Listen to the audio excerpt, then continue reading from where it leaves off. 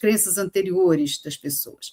E o Kardec também, nesse subtítulo, ele deu uma demonstração da sua superioridade espiritual, né, sem vaidades, sem arrogâncias, quando ele deixou claro ao cético que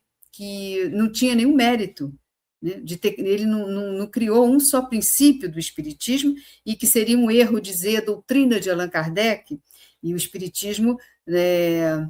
não é um sistema criado por ele diz, mas é o repositório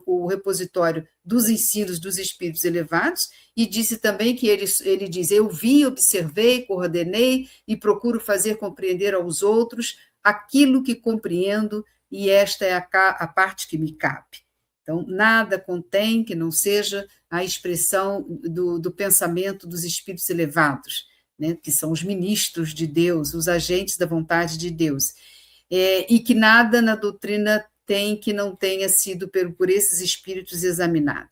Kardec, o Éric, inclusive, apontou lá o item 13º, o item 13 do capítulo 1º da Gênese, quando fala justamente que a revelação espírita tem, ao mesmo tempo, duplo caráter, né? É divina na sua origem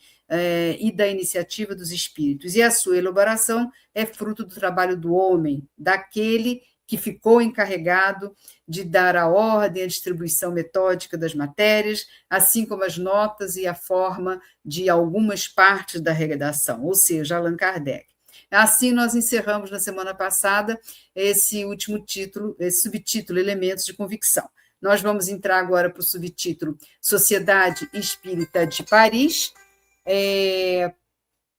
Mas antes de falarmos sobre a Sociedade Espírita de Paris,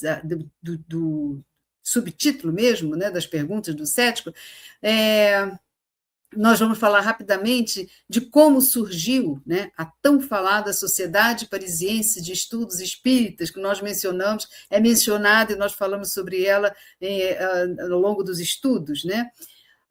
Num longo artigo da Revista Espírita, de julho de 1859, tem lá a transcrição desse discurso, de um longo discurso que o Kardec faz no encerramento do ano social da sociedade, e ele apresenta ali